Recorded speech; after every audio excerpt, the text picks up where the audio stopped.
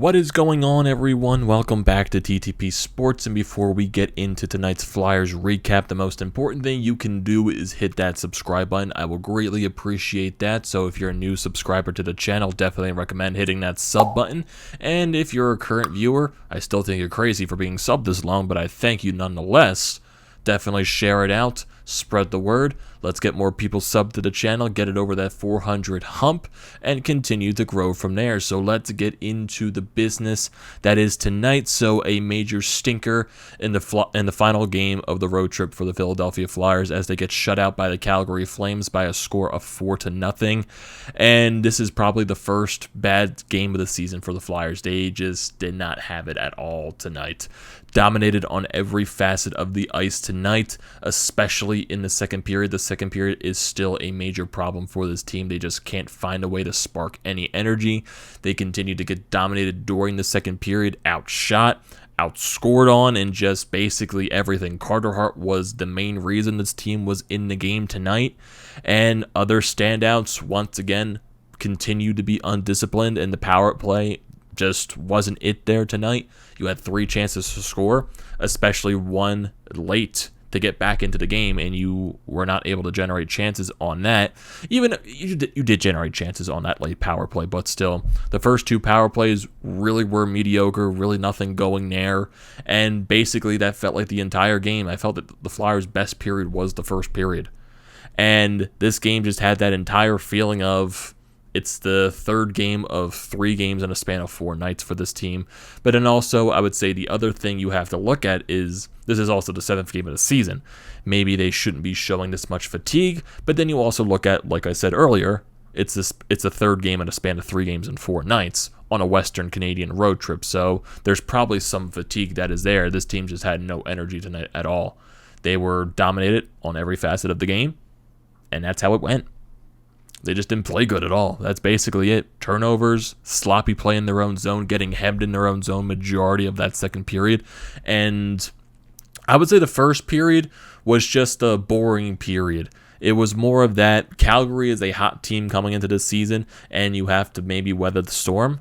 And that's what I feel like what they did in that first period, because the shot totals in that first period were very, very low. 8-4 in favor of Calgary. They got a late surge in that period as well. Carter Hart had to make quite a few saves to get out of that first period. But then once you go into the second period, it's not like where in the Vancouver game you started off fine in the second period, but then that fighting by Zach McEwen and Luke Schenn, which then turned into another penalty on McEwen, sparked a little bit of momentum for the Canucks. The Flames were just all over the Flyers at the start of the second period, from puck drop to buzzer.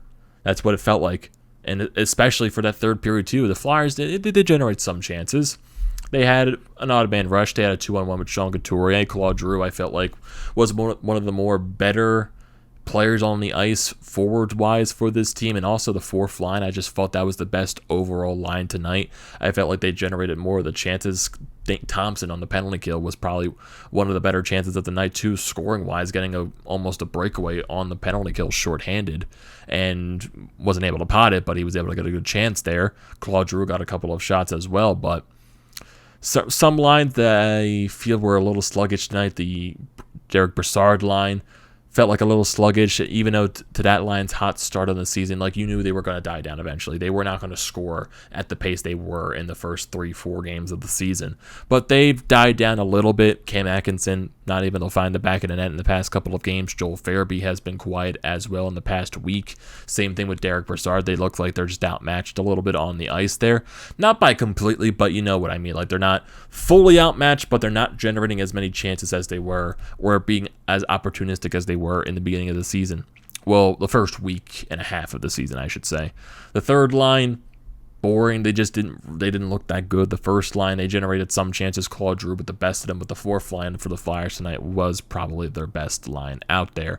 And if your fourth line is your best line, you're probably not going to win the game that night. And the penalties, keep going to the penalties. Just not good. Taking lazy penalties. Ristolainen once again goes to the box in this game, probably for just another lazy interference penalty against Matt Tkachuk. The Flyers took 3 penalties in that second period, and that third power play of the period for the Flames, they managed to pot one in. Oh, actually, it was the second power play of the period. It was on the wrist of the line and interference penalty, and that managed to go to Sean Monahan, who was also a Flyer killer during his career, him and Johnny Gaudreau. So Sean Monahan gets his first goal of the season on that power play, making it 1-0 Flames. And during that second period, Carter Hart just having to stand on his head and making some saves. Flames, they got a lot of odd man rushes. They were controlling in the Flyer zone majority of the, well, basically, not majority, the entirety of that second period. The Flyers really did not get any good chances until, I would say, over halfway in the period. Claude Giroux, maybe it wasn't Claude Giroux, I think it was Nick Sealer actually, that got the first shot of the period for the Flyers, which then ensued drew a penalty against the Flames, which allowed the Flyers to go to the power play, and they got some shots off of there, definitely, but still not good enough to try and tie the game. Flyers, I think, were outshot at one point, 13-0 in the second period, and the second period finished 16-5 shots in favor of Calgary. Then you go into the third. Yeah, the Flyers got their shot total up. They finished 12-11 in favor of Calgary in the third period. But once, I would say, Calgary got that second goal in the third, it kind of just felt like, because it was another penalty that you were taking in that third period, it just felt lazy. It felt lazy because you get the fourth line that's out there. They're generating in the offensive zone, and then you take a penalty in the offensive zone. It's Zach McEwen with a hooking penalty. And then the Flames go to that power play, and on this ensuing penalty kill, you struggle to get the puck out of the offensive zone. Ivan Provorov fumbling with the puck in between his skates, turns it over, and then Justin Braun with probably the worst clearing attempt. And even though I thought Justin Braun had a really good game, and he's been really solid over the past, basically the entire season, this was probably one of his worst mistakes so far this season. He tries to bank it off the boards, and it doesn't go anywhere. It goes right onto the sticks of Calgary, and then you got a great passing sequence between Sean Monahan, Elias Lindholm, and then Matthew Tkachuk buries it, makes it 2-0 on the power play. And it kind of felt like after that goal, yeah, the Flyers weren't coming back in this game. That just basically felt the way this game was going. And then sooner rather than later, well, it got a little scruffy. The Flyers went onto the power play, got their third of the night, but they weren't able to cash in. They shot a lot more on that power play, but still cannot beat Markstrom, who has his second shutout in a row. He got one against the Pittsburgh Penguins, that the game where he faced 40-plus shots, but this game is definitely a lot easier for him. Flyers pull the goalie with around 4 minutes left in this game. They had some chances early in that little shift that they have, but they lose a play on the boards. Provorov gets hit, and then it just goes down the ice, and it turns into backline, putting it into the empty net, making it 3-0. And then put the icing on the cake. Johnny Gaudreau comes up the ice on an odd man rush. It puts it right by Carter Hart, makes it a 4-0 game, and that's how your game ends. There's really not much to talk about game-wise, just because it was dominated by Calgary the entire way. Like action-wise, it was all Calgary. The Flyers had nothing going for them tonight. Nothing. They just looked dead in the rights. They looked bad. It was their first bad game of the season. They looked like a team that had no energy, and a team that was playing their third game in a stretch of 4 nights. So that's the final game of this road trip for the Flyers, and at this point, this is a game where you learn from your mistakes, brush it off, and go back home to your first game at home in a week and a half, and you're playing a really bad team in the Arizona Coyotes, so that's definitely a team you do not want to underlook. You do not want to give that team their first win of the season.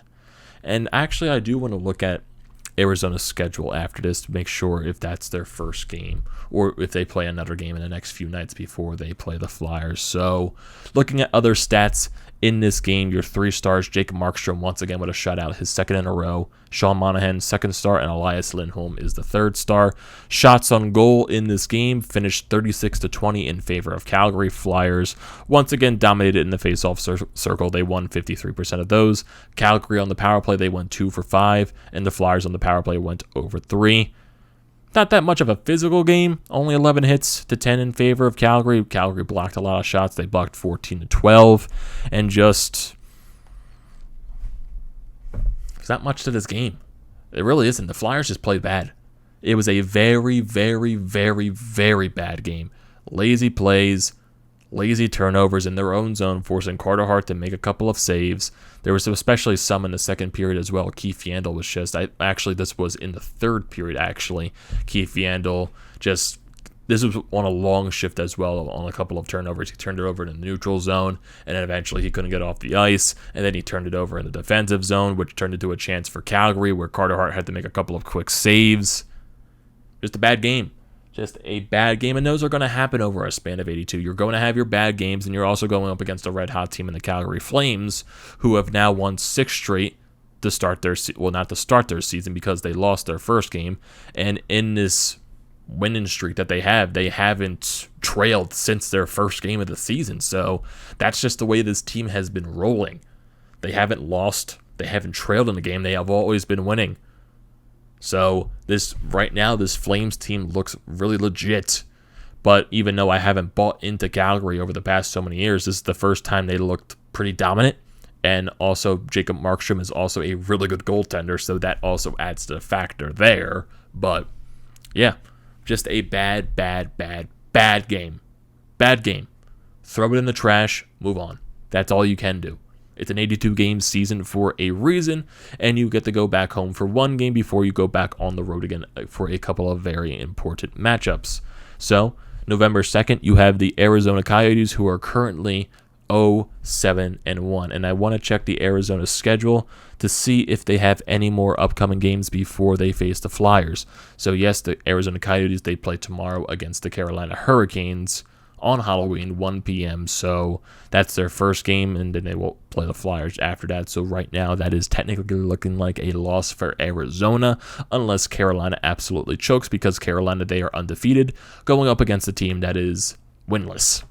So maybe you can hope that Arizona upsets Carolina there, but I'm not guaranteeing it. So most likely you were looking at an Arizona team going into that game that is most likely going to be 0-8-1. You definitely do not want to give up a winless team and give them their first win of the season, because you just don't want to do that. So, and you got to prove that this team is different. You got to prove that you're different. Beat the bad teams. And Arizona is probably the worst of them all. You got to beat them. You definitely do. And looking at the rest of your schedule going into the month of November, because this is the final game of October for this team. So you start off with Arizona on Tuesday the 2nd, then you play in Pittsburgh and Washington for a road trip Thursday and Saturday, and then you're off for 3 days. Come back home on November 10th to play the Toronto Maple Leafs, and then you go on the road once again for 2 straight games, a back-to-back on a Friday and Saturday between the Carolina Hurricanes and the Dallas Stars. That's a very odd back-to-back, but that's the way the NHL scheduled it. You're off for 2 more days after that. Then you have a 3-game homestand on November 8th, or 16th actually, versus the Calgary Flames. And then the 18th against the Tampa Bay Lightning. And then the 20th against the Boston Bruins. And then you'll have a back-to-back on the road after that, the 23rd and the 24th, between Tampa Bay and the Florida Panthers. Then you're back home on the 26th, Black Friday, against the Carolina Hurricanes. And then you play on the road the Sunday after Thanksgiving, the 28th, against the New Jersey Devils, and then you close out the month of November on the 30th at home against the New York Islanders, which would then turn into a back-to-back to face the New York Rangers after that. So you got a tough schedule this month. You got a couple of back-to-backs. You got a lot of tough teams to play against. Pittsburgh, Washington. Even though Toronto is struggling, I still consider them a tough team. Carolina, Dallas, Calgary once again, Tampa Bay, Boston, Florida.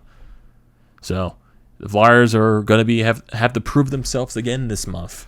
Prove that they continue playing the way that they have during the games that they've won. And also, for, I guess, a little note, the Flyers have also been shut out in their past 5 periods going back to the Vancouver game. They scored the first 2 goals. Well, not the first 2. They scored 2 goals in the first period of that game, and they didn't score for the rest of the game. They still won that, but they didn't score for the rest of the game. So you've been shut out for 5 straight periods, so hopefully playing a team like Arizona, you can get that goal total back up and find some confidence in your game. So, you had a bad game, brush it off, move on to Arizona, do not underestimate them. That's the note going in for Tuesday. So, that's going to do it for this video, everyone. What are your thoughts on this game? Your thoughts on just how bad it was?